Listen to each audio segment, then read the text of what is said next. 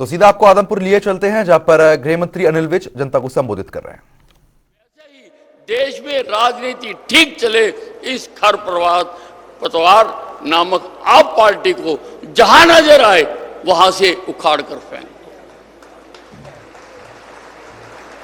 हमारे सामने इनेलो भी है, इनेलो का उम्मीदवार भी खड़ा है और इनेलो का राज हमने देखा है किस प्रकार से फैक्ट्रियों के आगे खड्डे खुदा दिए जाते थे। लोग यहां पर कारोबार बंद करके भागना चाहते थे, जा रहे थे यहां से कारोबार छोड़ छोड़कर। आप सबने देखा कि उससे कितनी बेरोजगारी यहां पर हुई। और एक आपके सामने भारतीय जनता पार्टी है। भारतीय जनता पार्टी के नेता नरेंद्र मोदी ने देश की राजनीति की दशा और दिशा बदल दी है। पहले चुनाव होते थे नारे देकर, झूठे वादे करके। एक नारा दिया गया गरीबी हटाओ, 3 इलेक्शन लड़ लिए, एक नारे के ऊपर ये लोग भी फिदा हो गए। इसी प्रकार से समय समय पर नारे दिए जाते रहे। और मैंने कल मैं प्रचार में था यहां पर, मैंने सुना कि भूपिंदर सिंह हुड्डा लोगों को कहता फिर रहा कि यहां से मेरे प्रत्याशी को यहां से जिता दो और मैं समझ लो मुख्यमंत्री बना। अरे भूपिंदर सिंह हुड्डा, आज मैं आदमपुर की अनाज मंडी की स्टेज पर खड़ा होकर कहना चाहता हूं, बताना चाहता हूं कि अब तू सारी जिंदगी कभी मुख्यमंत्री नहीं बन सके।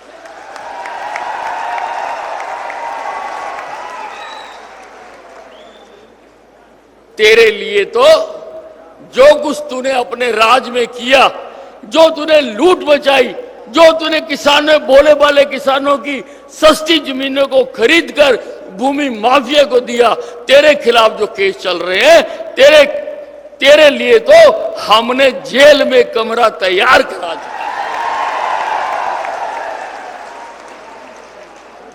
जेल में कमरा तैयार करा चुका है। और जो तूने उम्मीदवार दिया है, जो उम्मीदवार दिया है, क्या लोग उसकी असलियत नहीं जानते कि उसकी असलियत क्या है? ग्रीन ब्रिगेड का सरगना रहा है वो। ग्रीन ब्रिगेड का 90 के दशक में थर थर कांपता था हरियाणा। जो तांडव इन्होंने किया, जो तांडव इन्होंने सारे हरियाणा में किया, वो किसी से भूला नहीं है। हमने देखा है वो समय। मैं भी 90 के समय में उसी ग्रीन ब्रिगेड के समय में मैंने उपचुनाव लड़ा था और मैं चुनावी राजनीति में आया था और मैं जीता था वो चुनाव। तो क्या आदमपुर के लोग दोबारा से चाहेंगे कि हरियाणा में वो तांडव फिर शुरू हो, फिर लोगों को डराया जाए, फिर लोगों को धमकाया जाए, फिर लोगों की दुकानों को लूटा जाए, फिर वो जो चिंता और दुख है उसकी स्थिति में क्या आदमपुर के लोग दोबारा से उस ग्रीन ब्रिगेड के मुखिया रहे जयप्रकाश को दोबारा वोट डालना चाहेंगे? इतना बड़ा इल्जाम अपने ऊपर आप नहीं ले सकते। और अगर कोई कहता है कि ग्रीन ब्रिगेड के बीज उसमें मर गए, तो बीज कभी मरा नहीं करते, वो मौके की तलाश में होते हैं। वो जिस दिन मौका मिलेगा वो फिर अपनी ग्रीन ब्रिगेड चलाएगा। भाई और बहनों, हरियाणा में हमने कानून व्यवस्था का काम किया है, हमने गुंडागर्दी को खत्म किया है। आजकल आप देख रहे होंगे कि मेरा बुलडोजर सारे हरियाणा में चल रहा है। मैंने पुलिस अधिकारियों को कह दिया कि जितने भी गुंडे बदमाश हैं, माफियाज हैं, ड्रग्सबाज हैं, उन सारों का इलाज करो। अनिल विज पुलिस के साथ खड़ा है, इनको खत्म करिए। अनिल विज हर पुलिस कर्मचारी के साथ। आजकल समाचार पत्रों में रोजाना आप सुनते हैं कि ये काम धीरे धीरे एक शहर से दूसरे शहर, दूसरे शहर से तीसरे शहर। हमने शांति का माहौल कायम किया है। हमने जो सरकारी दुकानें लगा करती थी, भर्ती करने की दुकान, तबादले की दुकान, सीएलयू की दुकान, भाइयों हमने वो बाजार बंद कर दिया। हमने वो बाजार बंद कर दिया। अब काबिलियत के आधार पर लोगों को नौकरी मिलती है।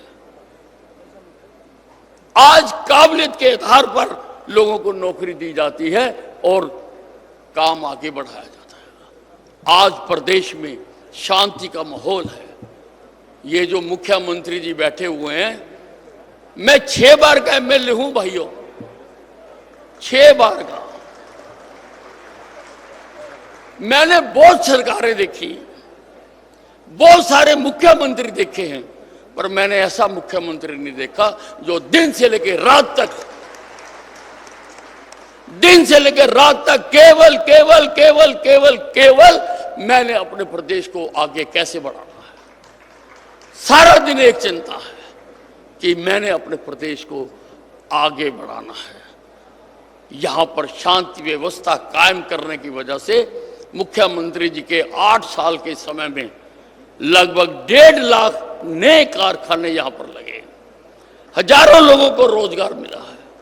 और मारुति जैसी कंपनी जो पिछली सरकारों से तंग आकर हरियाणा को छोड़कर गुजरात भाग जाना चाहती थी, वो भागने तो दूर, उन्होंने एक तीसरा प्लांट यहां पर खरखोदा में लगाना शुरू कर दिया, जिसका हम उद्घाटन भी कर चुके हैं। उन्होंने कहा तुम तो हरियाणा को ही गुजरात बना दिया, यहां लूट मार खत्म कर दी, हम तो यहीं पर अपना कारखाना लगाएंगे, हजारों लोगों को रोजगार मिलेगा। तो भाइयों ये तुलनात्मक अध्ययन है, तुलनात्मक अध्ययन करना है। भव्य बिश्नोई को जो वोट पड़ेगी वो मनोहर लाल की ईमानदारी और कर्मठता को पड़ेगी।